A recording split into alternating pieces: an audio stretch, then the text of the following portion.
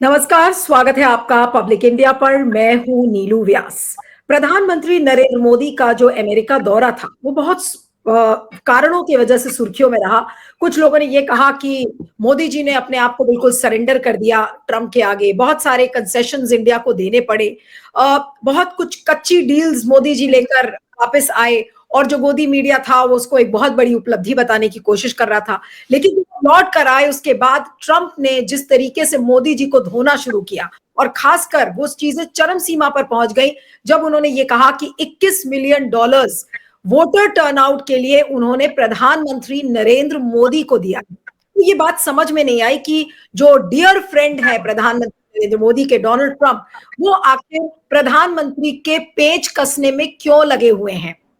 और उससे भी बड़ा सवाल आता है कि क्या मोदी जी की कोई कमजोर नब्ज उनके हाथ लग गई है। और ये बात यशवंत सिन्हा जी, जो कि पूर्व केंद्रीय मंत्री रह चुके हैं, उनका एक ट्वीट है जिसको मैं प्ले आउट करना चाहती हूँ, और आज वो हमारे साथ हैं। उनके ट्वीट अगर आप देखें, उसको मैं प्ले आउट करूंगी। यशवंत जी का अगर ट्वीट रेडी हो तो आप उसे प्ले कर दें। उन्होंने ये लिखा है कि people in the USA are standing up to Trump and Musk. People in the rest of the world are doing the same. Then why is our prime minister bending over backwards to please them? यानी कि प्रधानमंत्री नरेंद्र मोदी बिल्कुल Trump के आगे नतमस्तक क्यों हैं, इस बात को यशवंत जी ने हाईलाइट किया है अपने ट्वीट में। उसके बाद वो लिखते हैं, do they know something from his days in the US as a young leader that we don't know. यानी कि अपने यंग डेज में, जब वो गुजरात के सीएम नहीं थे, उसके पहले जब वो अमेरिका जाते थे अलग अलग पॉलिटिकल प्रोग्राम्स पर, तो उस समय की क्या कोई कमजोर नब्ज मोदी जी की सामने आ गई है। इस ट्वीट को यशवंत जी ने लिखा है। उसके बहुत सारे ट्वीट्स हुए हैं, काफी वायरल भी हुआ। और आज यशवंत सिन्हा जी हमारे साथ हैं। यशवंत सर, आपका बहुत बहुत स्वागत है। Thank you so much for joining on public India. और सवाल आपसे शुरू करूंगी कि आपको क्यों लगा सर कि मोदी जी का कोई पुराना तार लगता है डोनाल्ड ट्रंप को मिल गया है, और क्यों आपको ऐसा लगा? मुझे इसलिए ऐसा लगा, जैसा आप अभी इंट्रोडक्शन में खुद भी कह रही थी, कि मोदी जी का ट्रम्प के प्रेसिडेंट बनने के बाद जो रवैया रहा है वो स्पष्ट रूप से आत्मसमर्पण का रहा है। और इसकी अगर मैं तफसील में जाऊं तो मैं आपसे कहना चाहूंगा कि भागे भागे वॉशिंगटन गए। ट्रम्प के ऑफिस में आए हुए 30 दिन पे नहीं हुए थे और मोदी जी भागे भागे वॉशिंगटन गए। अब इस तरह भाग के जाने की क्या जरूरत थी? थोड़ा और देख लेते कि क्या चल रहा है, किस तरह का मौसम है, ट्रम्प क्या कर रहे हैं, उसके बाद जाते। लेकिन वो बिल्कुल भागे भागे गए। ऐसा लगा कि किसी के साथ रेस में है, दौड़ कर जा रहे हैं। उनके पहले शायद 2-3 ही लोग जो हेड्स ऑफ गवर्नमेंट्स हैं दूसरे मुल्कों के, वो गए थे। कि इजराइल के नेतन्याहू गए थे, जॉर्डन के किंग गए थे, जापान के प्राइम मिनिस्टर गए थे, और शायद मोदी जी चौथे हेड ऑफ गवर्नमेंट थे जो वहां पर गए व्हाइट हाउस। ये अभी तक मेरे लिए राज बना हुआ है कि मोदी जी भागे भागे वॉशिंगटन क्यों गए, नंबर 1। नंबर 2, आपको याद होगा कि जाने के पहले जो बजट आया था 1 फरवरी को, उसमें बहुत सारे टैरिफ कंसेशंस वित्त मंत्री जी ने अमेरिका को दिया। और उनके जो बहुत चर्चित मुद्दे थे, जैसे कि वो मोटरसाइकिल है हार्ली डेविडसन, क्या नाम है उसका, ट्रम्प बराबर कहते थे कि इसको बहुत ज्यादा इस पर टैरिफ है, उस टैरिफ को रिड्यूस कर दिया। अब अभी हाल में जो इलेक्ट्रिक व्हीकल्स हैं उस पर हम लोगों ने भयंकर रिडक्शन किया है। कुछ पता नहीं 100 कितना था परसेंट, उससे 15% पिला दिया। इससे किसको फायदा होगा? जाहिर है कि टेस्ला को और एलोन मस्क को इसका फायदा होगा। तो बहुत सारी चीजें मोदी जी ने जाने के पहले वहां जाकर की, और ट्रंप ने इनको कोई कंसेशन नहीं दिया। अभी आपने हाल में देखा होगा कि फ्रांस के राष्ट्रपति गए थे वहां पर, और ट्रंप ने उससे बातचीत जो चल रही थी व्हाइट हाउस में, उसमें कुछ गलत बयानी की, और तुरंत फ्रांस के राष्ट्रपति ने उनके हाथ को पकड़कर उनको रोका और उन्होंने कहा कि नहीं, ये ऐसा नहीं है, ऐसा है। और ट्रंप शर्मा गए कि उन्होंने गलत बयानी की थी। लेकिन मोदी जी के साथ इस तरह की कोई बात नहीं हुई। ट्रंप जैसे फॉर एग्जांपल उन्होंने कहा कि हमारा $100 बिलियन का घाटा होता है एनुअल ट्रेड बैलेंस में, जबकि ये 50 बिलियन या $40 बिलियन है। तो मोदी जी को तुरंत कहना चाहिए तक नहीं, आप बढ़ा चढ़ा के बोल रहे हैं ये इतना नहीं है, ये इतना है। ऐसा किया क्या मोदी जी ने? नहीं किया। तो एक तरह से आप देखें तो पूरे विजिट में ट्रंप हावी रहे मोदी जी के ऊपर। अब मोदी जी उनके सामने झुकते हुए, सरेंडर करते हुए नजर आए। ऐसा कौन करेगा और क्यों करेगा? आफ्टर ऑल हमारे देश में ट्रेडिशंस हैं। हमारे देश में पंडित नेहरू थे प्राइम मिनिस्टर, जो अमेरिका गए तो उनका किस तरह का स्वागत हुआ हम सब लोग जानते हैं। इंदिरा गांधी थी, जो 7th फ्लीट का की जब धमकी दी गई बांग्लादेश के निर्माण के समय, तो उन्होंने बिल्कुल उसके सामने झुकने का काम नहीं किया। तो हमारे समय में, इवन जब मैं सरकार में था और अटल जी के साथ काम करता था, तो आपको याद होगा कि जब हमने न्यूक्लियर टेस्ट किए तो उसके बाद क्या हुआ, अमेरिका कितना नाराज हुआ, दुखी हुआ। उसका जब कारगिल का युद्ध हुआ तो आपको याद होगा कि उस समय क्लिंटन थे वहां के राष्ट्रपति। उन्होंने पाकिस्तान के प्रधानमंत्री नवाज शरीफ और हिंदुस्तान के प्रधानमंत्री अटल बिहारी वाजपेयी दोनों को बुलाया था वॉशिंगटन में, लेकिन वाजपेयी जी नहीं गए। उन्होंने साफ मना कर दिया और ये कह दिया कि जब तक हम एग्रेसर्स को, जो आक्रमणकारी हैं, उनको देश की मिट्टी से, देश के सॉइल से बाहर नहीं करते हैं, भूमि से, तब तक हम कहीं नहीं जा रहे हैं। तो हमारे देश की एक परंपरा रही है। और मैं इसी के साथ एक बात और जोड़ दूं कि उस परंपरा का दूसरे देशों के साथ जब हमारे संबंध रहे हैं या अंतर्राष्ट्रीय स्तर पर जो संबंध हमने बनाए हैं, उसमें एक कॉन्सेप्ट है स्ट्रेटेजिक ऑटोनॉमी का। तो हमने बराबर अपनी स्ट्रेटेजिक ऑटोनॉमी, माने खुद फैसला करने की क्षमता, ये हमने बराबर बना के रखी है। और ये हमने कभी किसी भी हालत में, चाहे कितने भी दुर्दिन से हम गुजर रहे हों, कितनी भी और दूसरी हमारी कमजोरियां रही हो, हम लोगों ने दुनिया के दूसरे देशों के सामने, शक्तिशाली देशों के सामने, जिसमें अमेरिका भी शामिल है, हम लोगों ने कभी सरेंडर करने का काम नहीं किया। तो मोदी जी ने क्यों किया? और उसके बाद आपने जो $21 मिलियन की बात की, जिसमें ट्रंप ने बिल्कुल साफ कहा है कि I give it to my friend Narendra Modi, तो उसके बाद प्रधानमंत्री क्यों खामोश है? प्रधानमंत्री तो हर चीज पर बहुत परीक्षा से, चर्चा के ऊपर से लेकर और पता नहीं किस किस विषय के एक्सपर्ट बन के घूम रहे हैं आजकल देश में। लेकिन जब ट्रंप ने बिल्कुल साफ कहा कि I give this money to my friend Narendra Modi, तो उस पर उनकी प्रतिक्रिया क्यों नहीं आई है अभी तक? और उनको कहना चाहिए कि ये पैसा नहीं दिया, या दिया तो कैसे दिया, कहां से आया, कैसे उसका यूटिलाइजेशन हुआ। क्या वो पैसा, मैं आपसे पूछता हूं, क्या वो सब प्राइम मिनिस्टर केयर फंड में गया? क्या हुआ उस पैसे का? ये तो 1 मिनट का काम है कि रिजर्व बैंक ऑफ इंडिया से आप कहिए कि पैसा आप ट्रेस करो कैसे आया। अगर बैग में भर भर कर नहीं आया तब तो इमीडिएटली पता चल जाएगा उसका। हमको लेकिन नहीं पता है। एक चीज और भी है कि जब भी अगर अमेरिका का राष्ट्रपति ये कह रहा है कि उन्होंने $21 मिलियन भारत के प्रधानमंत्री को दिए हैं, तो जाहिर सी बात है कि या तो चेक से पेमेंट दिया होगा या तो वो कैश से लाए होंगे। अब क्या पूरा देश, या अगर विपक्ष भी इस बात की मांग कर रहा है, तो क्या आज देश को जानने का हक नहीं है कि अमेरिका के राष्ट्रपति ने हमारे प्रधानमंत्री को पैसे दिए हैं या नहीं दिए? क्या ये सवाल भी आपके बेमाने हैं? बिल्कुल, सब ये हक बनता है, न केवल विपक्ष का बल्कि देश के हर नागरिक का पूछने का।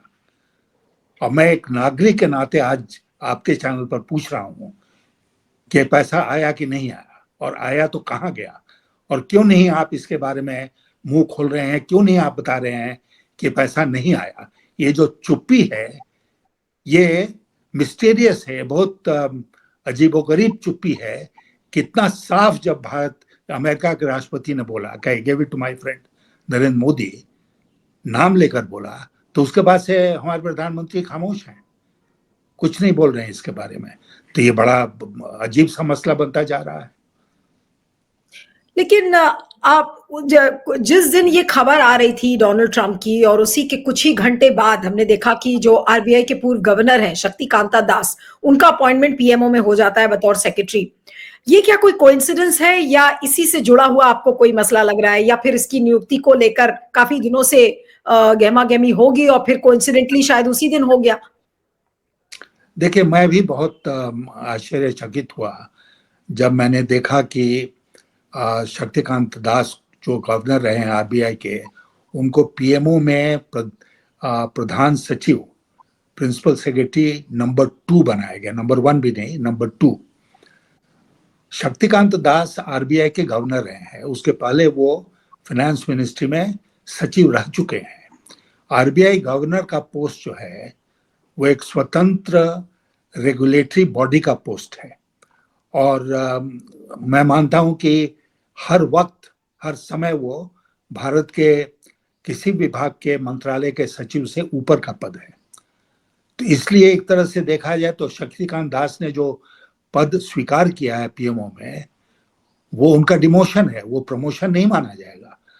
और जो टाइमिंग है इसका, वो तो बहुत सारे सवाल पैदा करता है कि ऐसे मौके पर ही क्यों।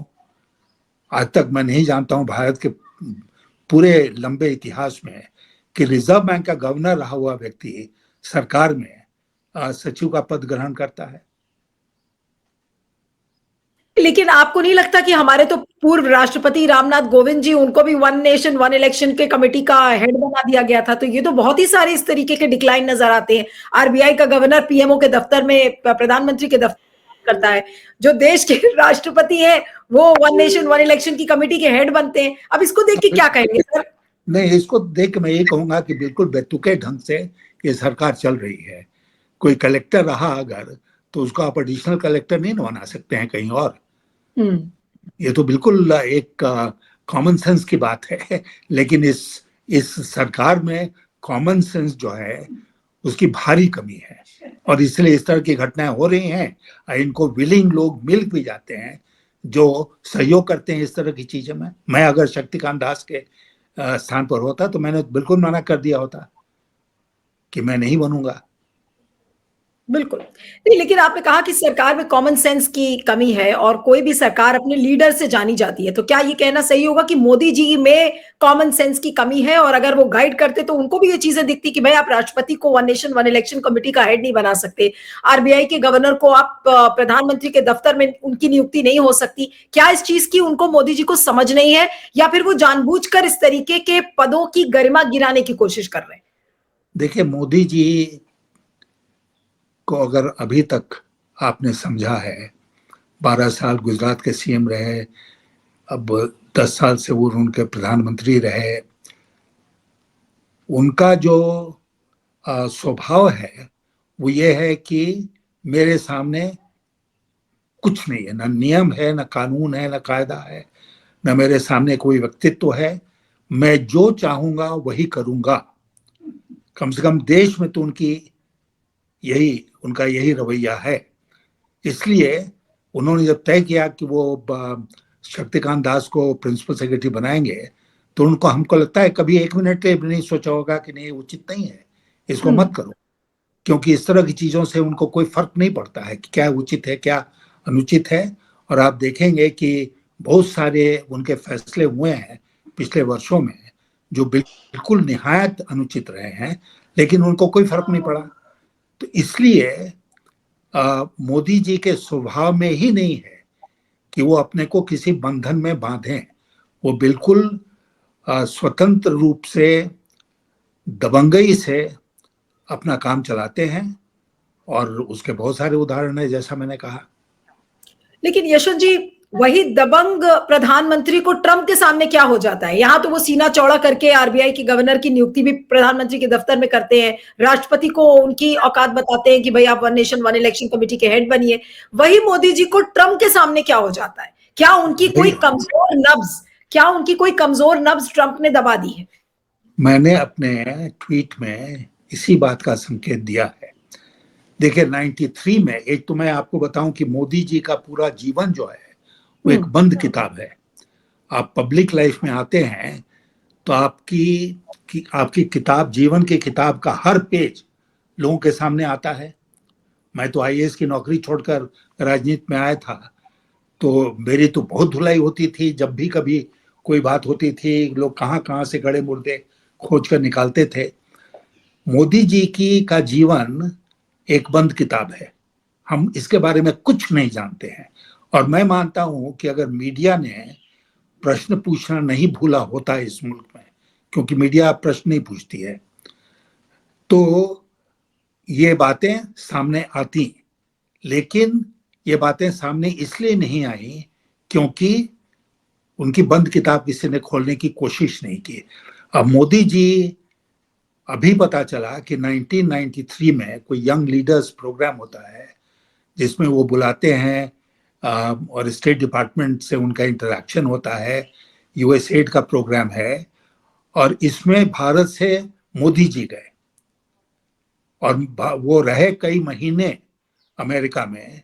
उनकी फोटोज मीडिया में आई हैं, मीडिया मतलब यूट्यूब चैनल्स में आई हैं, और उसमें वो कई महीने रहे, कैसे उनका खर्चा चला, किन लोगों के साथ रहे, क्या हुआ, कहाँ गए, किन लोगों से मिले, क्या बातचीत हुई, इसका कहीं कोई हिसाब किताब नहीं है। ये भी एक बंद किताब है। और इसीलिए मेरे मन में एक शक पैदा होता है, दुविधा एक पैदा होती है कि उस जमाने में उनकी गतिविधि में क्या कुछ ऐसा था जिसको ट्रम्प जैसा शातिर व्यक्ति पकड़ लेगा, पहचान लेगा, पता कर लेगा और उसको दबाने में काम लाएगा, मोदी जी को दबाने में, उस सूचना को काम में लाएगा। कुछ तो बात है, क्योंकि दूसरे राष्ट्राध्यक्षों की तुलना में जो अब तक वॉशिंगटन गए हैं, मोदी जी 56 इंच की छाती लेकर गए व्हाइट हाउस, और वो 56 इंच की छाती का क्या हुआ कुछ पता नहीं चला। वो 6 इंच पर रुका कि 5 इंच पर रुका, 10 में। तो इसलिए इसका एक एक्सप्लेनेशन होना चाहिए। मुझे लगता है कि ये हम सबका राष्ट्रीय धर्म है कि हम पता करें कि आखिर क्यों ऐसा हुआ कि मोदी जी बिल्कुल सरेंडर की मुद्रा में ट्रम्प के सामने व्हाइट हाउस में गए, और उसके बाद भी ट्रम्प के सामने सरेंडर की मुद्रा में है। ट्रम्प जो चाहता है बोल रहा है इनके बारे में, एकदम बिल्कुल खामोश है। यशवंत जी, आपका तो एक बहुत ही लंबा करियर राजनीति में रहा है, और आपको क्या लगता है कि क्या वाकई में एक पॉसिबिलिटी यही होगी कि मोदी जी के कोई पुराने तार पकड़ लिए गए होंगे, डोनाल्ड ट्रंप को मिल गई होगी वो वीकनेस, अब डोनाल्ड ट्रंप उसी का फायदा उठाएंगे और मोदी जी के कान ऐंठेंगे, मोदी जी को जैसे चाहेंगे उस तरीके से डोनाल्ड ट्रंप नचाने की उनको कोशिश करेंगे? मुझे तो ऐसा लगता है, मेरे मन में एक गहरी शंका है कि शायद डोनाल्ड ट्रंप को कुछ पता है मोदी जी के बारे में जो हम सबको और देश को नहीं पता है, और मोदी जी को पता है कि ट्रंप को पता है, और इसलिए ट्रंप के सामने वो उस तरह उनका बर्ताव नहीं होगा जैसा फ्रांस के राष्ट्रपति का हुआ या किसी सामान्य परिस्थिति में भारत के किसी और प्रधानमंत्री का हो सकता था। लेकिन यशवंत जी, कुछ लोग इसको अदानी से भी जोड़ के देखते हैं कि भाई अदानी का इंडाइटमेंट अभी हुआ है वहां पर, और करप्शन केस में उनका भी ट्रायल अभी चल रहा है, तो अदानी के लिए क्या, अदानी के लिए भी वो ये काम कर सकते हैं? क्या अदानी के लिए भी उन्होंने सरेंडर किया होगा, आपको लगता है? देखिए, मैंने एक पत्रकार मित्र से पूछा कि ये हमारे प्रधानमंत्री जी दौड़ भाग के क्यों इतनी जल्दी वॉशिंगटन गए, तो उसने पता है उत्तर क्या दिया? उसने उत्तर वही दिया जो कि पत्र लॉ मिनिस्ट्री को भेजा है अमेरिकन अथॉरिटीज ने कि ये नोटिस सर्व करने में अडानी को हमारी मदद कीजिए। अब हम सब खामोश हैं, हम नहीं पूछ रहे हैं लॉ मिनिस्ट्री से, भारत सरकार से, कि भाई आपने सर्व किया नहीं सर्व किया। उन्होंने उस अंतर्राष्ट्रीय एग्रीमेंट का हवाला दिया है जिसके अंतर्गत इनको सर्व करना है। तो जाहिर है कि अडानी एक बहुत बड़ी कमजोरी है मोदी जी की, और अडानी का मामला अमेरिका में चल रहा है, और अडानी जी को बचाने के लिए मोदी जी बहुत कुछ कर सकते हैं, करने की कोशिश करेंगे। और हमारे पत्रकार मित्र ने तो हमको यही कहा कि चूंकि ये चिट्ठी आने वाली थी, इसलिए मोदी जी भागे भागे अमेरिका गए कि किसी तरह वो चिट्ठी को रोके। नहीं सफलता मिली, ये दूसरी बात है। लेकिन अगर मान लीजिए मोदी जी की कोई कमजोर नब्ज, मैं 2 सेकंड के लिए मानूं कि ये है और ऐसा पॉसिबिलिटी हो सकती है जिसकी ओर आपने इशारा किया है, ये कितना खतरनाक है भारत के लिए? अगर भारत के प्रधानमंत्री की कोई कमजोर नब्ज अमेरिका के राष्ट्रपति के हाथ लगती है, ये किस तरीके से स्ट्रैटेजिकली, पॉलिटिकली, डिप्लोमेटिकली ये कितना बड़ा खतरा है? बहुत बड़ा खतरा है, बहुत बड़ा खतरा है। और मैंने आपसे अर्ज किया था पहले कि भारत बराबर स्ट्रेटेजिक ऑटोनॉमी के सिद्धांत पर चला है कि मेरे फैसले मेरे होंगे, हम राष्ट्रहित को ध्यान में रखते हुए अपने फैसले करेंगे और उन फैसलों को करते समय दुनिया के किसी देश के सामने झुकेंगे नहीं, चाहे वो कितना भी शक्तिशाली हो। ये जो जिस पर हम चलते रहे अभी तक, उस रास्ते से हमको लगता है कि हम भटक गए हैं। और कुछ चीजों को बचाने के लिए, कुछ लोगों को बचाने के लिए, छुपाने के लिए हम शायद अपनी स्ट्रेटेजिक ऑटोनॉमी जो है उसको भी सरेंडर करने की कोशिश कर रहे हैं। और मस्क के टेस्ला कार्स को, जो इलेक्ट्रिक व्हीकल्स हैं, इतनी बड़ी राहत जो दी गई है मोदी जी के द्वारा, उनकी सरकार के द्वारा, कि 120% या कितना था उससे घटा के आपने 15% ला दिया। ये क्या चाइना में जो दूसरी इलेक्ट्रिक व्हीकल्स बनती हैं उसको आपने कंसेशन दिया है? नहीं, आपने क्लियरली ये कंसेशन दिया है टेस्ला को, इलॉन मस्क को। और आप जानते हैं कि इस समय इलॉन मस्क कितने शक्तिशाली हैं वहां पर अमेरिका में, क्योंकि वो बड़े घने दोस्त हैं प्रेसिडेंट ट्रम्प के। और आपने वो भी दृश्य देखा होगा जब वो अपने बच्चे कच्चे सबको लेकर आए थे वॉशिंगटन में मोदी जी से मिलने और मिलाने के लिए। जी, ये क्या हो रहा है? हमने ऐसी ऐसी चीजें हो रही हैं। क्या मोदी जी को पता नहीं था कि ट्रम्प अपने बच्चों को, नानी को और किसी को लेके आएगा मिलाने के लिए? And why did he the whole lineup of Indian officials, including his foreign minister and national security advisor, in attendance to attend to Trump's Elon Musk's children? ये क्या क्या तमाशा था? नहीं, लेकिन इस तमाशे पर मोदी जी ने ऑब्जेक्ट क्यों नहीं किया? एक लाइन ये कह देते कि भाई ये क्या चीज है, भाई ये चीज हमारी गरिमा के विरुद्ध है, वो भी नहीं बोल सके। वहां के हमारे डिप्लोमैट जो गए थे वो भी चुप थे। सबको क्या हो गया था? सबको कुछ ना कुछ हो गया था। और वो इसलिए हो गया था कि कि, कि मोदी जी की किसी नब्ज पर ट्रम्प की उंगली है। वो अडानी हो सकते हैं, वो उनके व्यक्तिगत जीवन का कुछ हो सकता है, आई डोंट नो। लेकिन भारत देश को जानने का हक है, यहाँ के लोगों को जानने का हक है। आपने 2 पॉसिबिलिटीज गिनवाई यशवंत जी। आपने कहा कि या तो उनके व्यक्तिगत जीवन को लेकर कुछ मिला है और या तो अदानी हो सकते हैं। क्या यही 2 संभावनाएं हैं, कुछ और भी हो सकता है? नहीं, मुझे नहीं लगता है कि इतना झुकाने के लिए कोई और चीज भी हो सकती है। मोदी जी की ये कमजोरियां तो हम लोग जानते हैं। अडानी, इलॉन मस्क कितने बड़े कमजोरी हैं ट्रम्प के, वो मैं नहीं जानता हूँ। लेकिन अडानी मोदी जी के बहुत बड़ी कमजोरी हैं। ये तो सारी दुनिया जानती है, देश के लोग जानते हैं। लास्ट में मेरा आखिरी सवाल है यशवंत जी की, मोदी जी को आप क्या कहेंगे? आप तो एक ऐसे समय की राजनीति आपने देखी है जब राजनीति में शिष्टाचार, गरिमा और ये चीजें बहुत मायने रखती थी। किसी भी पद की गरिमा क्या होती है उसके, और इसी वजह से शायद आपको ये चीजें बहुत बुरी भी लगती हैं और होना भी चाहिए, इसको लेकर सवाल भी नहीं खड़े हो रहे।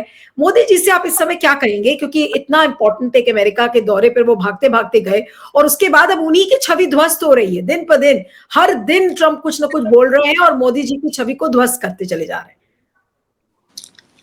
मैं मोदी जी को कुछ नहीं कहूंगा, लेकिन मैं इस देश के विपक्ष की जो पार्टियां हैं उनसे कहूंगा, इस देश की जनता से कहूंगा कि आप कृपया इन बातों पर ध्यान दें। और हमारा अधिकार बनता है कि हम डिमांड करें, ये मांग करें मोदी जी से कि वो चीज़ों को स्पष्ट करें। मोदी जी खामोश रह जाएंगे, $21 मिलियन का ये बात जो है वो दब के रह जाएगी। इसको देश की जनता को बर्दाश्त नहीं करना चाहिए और इसके लिए जो कुछ करना पड़े, सड़कों पर उतरना पड़े, आंदोलन करना पड़े, पार्लियामेंट में इस बात की लड़ाई करनी पड़े, सब कुछ करना चाहिए ये पता करने के लिए कि आखिर सच्चाई क्या है और ट्रंप ने ऐसी बात क्यों बोली और मोदी जी खामोश क्यों है। बिल्कुल। चलिए, आपका बहुत बहुत शुक्रिया Yashwant ji. Thank you so much for joining. Thank you.